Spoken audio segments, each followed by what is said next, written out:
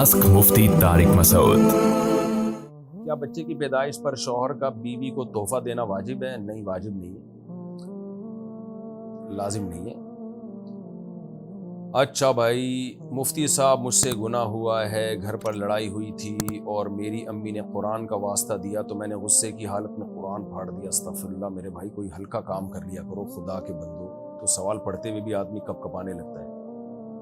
मुझे बताइए मैं क्या करूं? आप ईमान की तजदीद भी करें और खूब गिड़गिड़ा के अल्लाह से तौबा इस्तिग़फ़ार करें, कलमा भी दोबारा पढ़ें, और अगर आप शादीशुदा हैं तो निकाह की तजदीद भी करें। आप नए महर के साथ ज़ौजा से दोबारा निकाह भी करें और तौबा करें अल्लाह ताला से। अल्लाह ताला माफ़ करने वाला है।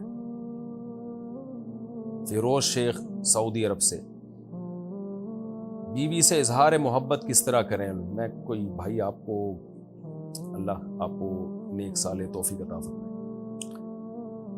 मैं सऊदी अरब में रहता हूँ, फ़ोन पर हाल चाल तो पूछ लेता हूँ लेकिन मोहब्बत का इजहार नहीं कर पाता। नबी करीम सल्लल्लाहु अलैहि वसल्लम का बीवी से इजहार मोहब्बत का कोई तरीका बता दें। देखें, मोहब्बत का इजहार करना चाहिए लेकिन हर एक के इजहार का तरीका दूसरे से मुख्तलिफ होता है।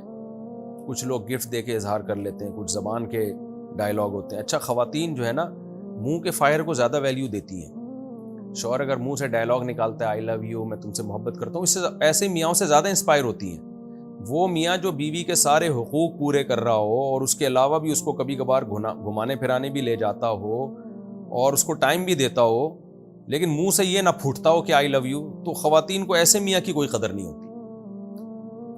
तो ये अजीब किस हिसाब किताब है भाई? जो मोहब्बत को दलील से साबित कर रहा है अपने अमल से, वो तो ज़्यादा मोहब्बत कर रहा है, और जो मुंह से बोल रहा है और अपने हुकूक पूरे नहीं कर रहा, उसको ज़्यादा वैल्यू दे रही है। क्योंकि जज्बाती होती है ना, दिल नरम होता है औरतों का, तो बातों में जल्दी आ जाती है। तो इसलिए मैं ख़वातीन से भी कहूँगा कि आपका मियाँ अगर आपके बेसिक हुकूक पूरे कर रहा है और मुनासिब टाइम भी आपको देता है, कभी कभार आउटिंग पे भी लेके निकल जाता है और कुछ जेब खर्ची भी दे रहा है आपको, तो अब इसको आई लव यू कहने की ज़रूरत है नहीं। ये आपसे मोहब्बत कर रहा है,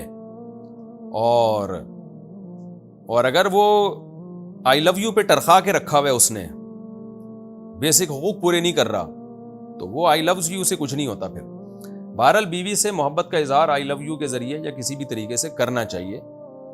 नबी सल्लल्लाहु अलैहि वसल्लम अम्मी आयशा, हज़रत आयशा रज़ी अल्लाह ताला अन्हा, जो हमारी माँ हैं, उनसे कैसे मोहब्बत का इजहार करते थे। हज़रत आयशा फरमाती हैं, मैं बर्तन में जिस जगह मुँह लगा के पानी पीती तो आप सल्लल्लाहु अलैहि वसल्लम बर्तन घुमाते, उसी जगह अपने होंठ मुबारक रखते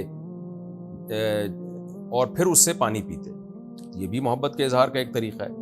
तो वो आप बेहतर जानते हैं, आप अपनी बेगम से कैसे मोहब्बत का इजहार करें। इसमें हर औरत की मिजाज मुख्तलिफ, हर आदमी का मिजाज मुख्तलिफ, और हर सोसाइटी का कल्चर दूसरी सोसाइटी से अलग होता है। तो ये कल्चर वाली चीज़ें हैं, इसमें शरीयत ने कोई हमें ख़ास मोहब्बत के इजहार का तरीक़ा नहीं बताया।